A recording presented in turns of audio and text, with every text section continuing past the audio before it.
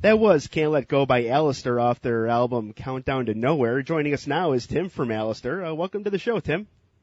Hey, guys. What's up? Thanks for having me on. All right. Allister, how did that name get started? I think it's a fun story from what I read on Wikipedia. Yeah, it's an interesting story, to say the least. We actually, when we started, when did we start the band? Geez, it's been 14 years or so now. I think like 1996 or 97 was when the band first started. We actually went through a couple of different names prior to coming up with Allister. And believe it or not, one of the original names that we had was, in fact, Fall Out Boy. In hindsight, it seems to be a little bit more of a successful name than Allister, but I'm cool with Allister. Mm-hmm. But anyways, no. Yeah, Allister basically came from a TV show that we all used to watch when we were kids. It was called You Can't Do That on Television, and one of the main characters on this TV show, his name was Allister.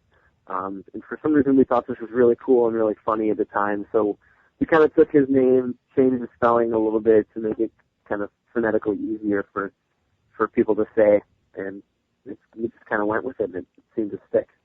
So that's how Allister got started. Now, how did their relationship with Drive-Thru Records start? It was fairly early in your career, right? Yeah, we actually we kind of recorded a 7-inch ourselves. There was a local producer by the name of Phil Bonet, who worked out of Hoffman Estates, which is kind of where we were from, and he did a bunch of like early Screeching Weasel records that we were really into at the time, and so we looked him up and were like, hey, we want to come in and record some songs with you. So we went in, recorded I think 5 or 6 songs, and pressed the 7-inch ourselves, and we just kind of shopped that around to people, not really expecting anything to come of it. And Drive-Thru was the only label that had actually replied back and said, hey, I like your stuff, we like your sound, do you guys want to work together? Maybe we'll be willing to release the 7-inch and then possibly do a full record. And at that time they were really, really small. I mean, they were just kind of working out of their garage. So they didn't really have much of a budget, much of anything, but we were only, 17 or 18 or however old we were. And we were pretty stoked just to be able to, be recognized by a label and pretty excited to get the whole thing kind of rolling. So, they said they'd put on a record and we said, sure, let's do it. Louis, quit typing and then start talking. You've got a lot more follow-ups there, Tinky, but that's all right. Let's jump into the Japan stuff. Now, sorry, we're getting behind-the-scenes stuff going on right now. Yeah. Tinky's got a DVD of you guys when you actually toured in Japan, and Mm-hmm. I was kind of blown away that you've got such enthusiastic fan support in Japan. And like Tinky had said, you got a song like Somewhere Down on Fullerton that, he and I hear, and we know exactly what you're talking about. You're talking about the Fireside Bowl, classic punk rock venue. And it's just got to be crazy playing to a crowd in Japan. They're singing along to every word, even though they have no idea what this place even is. Yeah, it's wild, man. I mean, we've been fortunate enough to do, I don't know, maybe 8 or 9 or 10 tours over in Japan. And it only seems to get better. The fans over there are absolutely crazy about American music and punk rock and anything that's from the U.S. is super cool to them. And even if they don't know what they're saying in English, they're such loyal fans that they'll sit down and they'll memorize all the words. And like you said, not even really knowing what they're saying or what I'm singing about, but they'll still sing all those words back to you. And it's absolutely the most amazing thing to see. Standing on stage and seeing, 600-700 Japanese kids singing your song, even though they don't really know what you're talking about, it's pretty cool. That's awesome. Now, the Japan, you guys seem to have a lot of success in Japan. Tell us a little bit about that. Yeah, it just kind of snowballed for us over there. We, when we were on Drive-Thru licensed our records to a couple of different labels over in Japan. And with each record that we put out, we probably went over to Japan to do like 1 or 2 tours. And things just kind of took off from there, and the fans, for some reason, liked us, and we were invited back time after time, and it just kept building and building. And now, like, we have this kind of crazy following over there. We actually released a gold record over there like 5 years ago, which is pretty insane. Now, Scotty, a member of Allister, he's got quite a following out there too himself. He's like the Japan's Hasselhoff. Yeah, totally. And he does speak Japanese too, which is pretty crazy. Well, but yeah, he's kind of done his own thing. He's got a pretty successful solo career over in Japan, which is awesome. You know, it's cool to go over there like when Allister tours over there. It's cool to see the fans' reaction to him. You know, because he's a much bigger star than the band is. So it's pretty neat to see the fans' reaction to that. All right, back to the Fireside real quick. I know it's a place that you've obviously grown up with rock and stuff. Have you ever bowled there? Because my experience bowling there sucks. You know what? That's what I've heard. I don't recall a time that I've ever actually bowled there. I know I've seen people bowling there, but I've never actually participated in it myself. I don't remember when they actually started shutting down the lanes, but it was probably right around the time I was seeing shows there. But no, unfortunately, I've never bowled there. All right.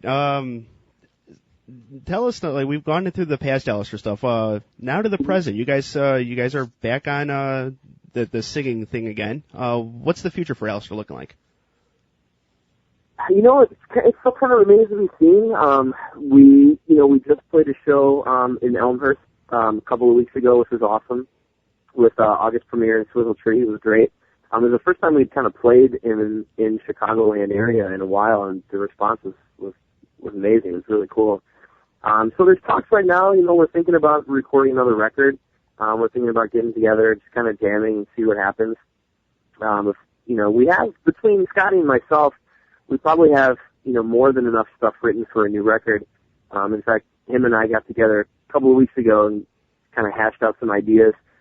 So kind of well on our way to getting to a new record. We just kind of have to see when we'll all have time to get together and finish writing it and then actually recording it. But as of right now, it's looking pretty good. We'll probably have something new. Hopefully, our goal is by the end of the summer. So.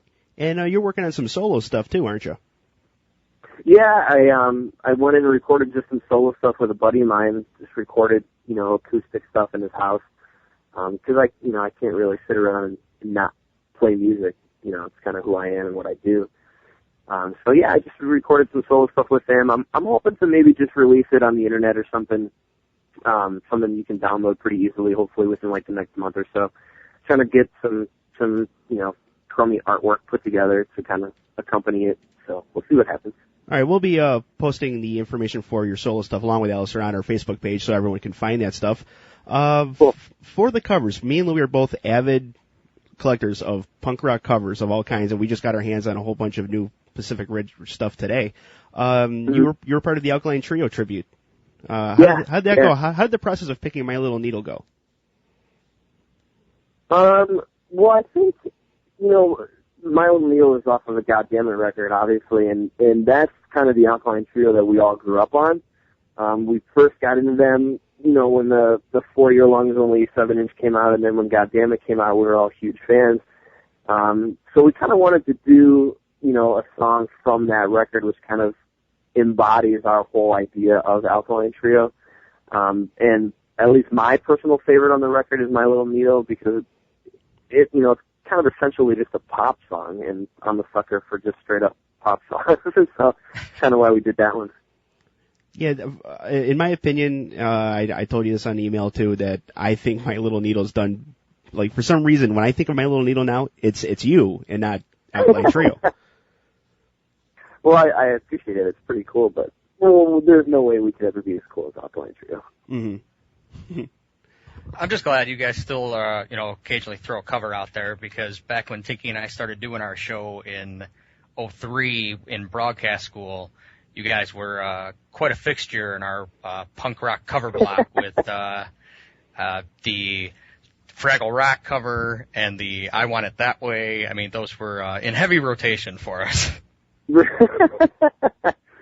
man, I don't even think we've played those songs, and it's got to be at least probably almost 10 years or so. I honestly can't even remember the last show that we played either of those cover songs at. it's been quite a while. But I think both of those were kind of recorded, tongue in cheek. Exactly. You kind of get that. Yeah. Yeah. Yeah. Throwing anytime you. Yeah, they kind of blew up into this weird, cover song phenomenon, which is really strange. See, I was hoping that you would do like the Weird Al thing and dress up like Fraggles on stage when you do that song. You know what? That actually is a pretty cool idea, and unfortunately that never really crossed our minds. But you know what? Hey, if we're still going to be a band, there's always the future, right? Well, if we're going to do that, then you have to do, I forgot which boy band doesn't want it that way. I almost said Britney Spears. I think it was the Backstreet Boys. That was the Backstreet Boys. All right, for the Trio CD, you got a chance to listen to it, as we did. Who were some of the bands that really caught your attention? There's actually obviously August Premiere, my brother's band, and we've been such good friends with those guys for a long time. So I love their version of, God, I can't even think of the name of the song.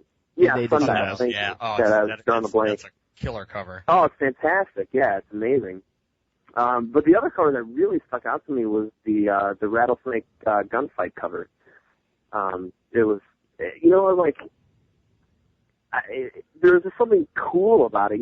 They kind of stayed true to the song and they did it in their own way, and they, nothing was really lost, in like the integrity of the song, which I thought was really cool. And they're just about to release a new EP. I just actually had a message from him today. They're going to be doing a couple more Trio covers for their new EP. Jake on Green Beers is one of them. They had a fan voting thing where they would just tell us what you want us to cover, and they had some interesting things that they're going to do. I can imagine. Well, what's also cool is that they're Australian, and they totally have their own sound, and I don't know anybody in the band personally. I don't really know anything about them except the fact that they're from Australia, but they seem to kind of have their own thing, and they kind of strike me as one of those bands that kind of just does things their way, and I thought the Trio cover that they did was awesome. All right, so we've covered Allister, we've covered the acoustic thing. You have a blog thing too. Now I read. Well, to tell us about the blog, and then I have a follow up. Okay, well, for a long time we toured for, full time we toured for, God, I don't know, 7 or 8 years or so. And so, we've been to a lot of places and we've seen a lot of really cool things, and we had some really fucking crazy adventures over the years. And I've always wanted to kind of put together, not necessarily a book, but at least some sort of collection of just at least some of my memories from the road. So I decided to start up the blog, where, every so often, once a week or so, I'll just kind of rehash, memories that I have from the road of other bands, of, drunken, stupid things that we used to do, or just like, crazy things that used to happen in general. And so it's kind of cathartic actually for me to go back and reminisce and think about all these different things that we used to do. It's pretty cool. Now, speaking of, are you allowed in Montana anymore? Am I where? Are you allowed in Montana? You know what? I don't know. We haven't really gone back after the incident. That was like towards the very end of the band's touring days, so we haven't really tried to go back. I never received word if we were actually banned from Montana, but there's probably a good chance that if I show my face there again, they may have some questions for me. Yeah, we're gonna post a link to the blog. If you guys want to see the Montana story, go to it'd be timrogner.wordpress.com. And, yeah, please do. Go check it out. Yeah, that's some fun reading. And you gave Rhodey some love too. Well, you got to give Rhodey some love. They're the grease on the wheels, man. They kind of keep things rocking and rolling. And we had hands down the best Rhodey and the best guitar tech of all time. And he definitely kept things interesting for us, to say the least. All right, so to finish off this thing, I have a lyrics question. Now, I've worked in Chicago radio for 7 years. Now, when you say radio is playing all night long because the radio is playing all your favorite songs, what station were you listening to? Because if I'm listening for a year, I don't hear my favorite song. Yeah, that's kind of how radio is. It's actually a funny story. I wasn't necessarily listening to any radio station in particular, but I'll never forget, like, writing the song. There was whenever I wrote the song, which was in like maybe 99 or 2000 or so, there was a period of like a couple months where it just so happened that every single time I turned on the radio, which was fairly rarely, it wasn't very often, but every single time I turned it on, there was always some sort of kick-ass song on the radio, and it was like blowing my mind because it would happen like religiously almost every single day. And I couldn't figure this out because, you know, at the time the radio sucked and like there was no good music. But for some reason there was this 2-month period where every time I turned on the radio, it was a good song or a great song. And so I thought it was kind of weird. So I sort of wrote a song about it. I guess it kind of makes sense. Maybe it kind of doesn't. But it was a very weird time. Yeah, it is a good song too, and I would say it's one of my favorite songs that my iPod plays all night long. Oh, well, thanks. All right, well, thanks for joining us on our silly podcast and putting up with our stupid shenanigans that we do. No problem at all, man. I'm happy to be here. All right, so much luck in the future. Let us know if there's anything coming up. We'll definitely put it on our Twitter and put it on our Facebook page to get you guys out there again. Awesome. Yeah, I definitely will. I'll keep you guys posted on any new breaking Allister news. All right, Excellent. Thanks, Tim. And now on Radio Exposed, a little bit of Tim's solo material. Here's Southern California on Radio Exposed.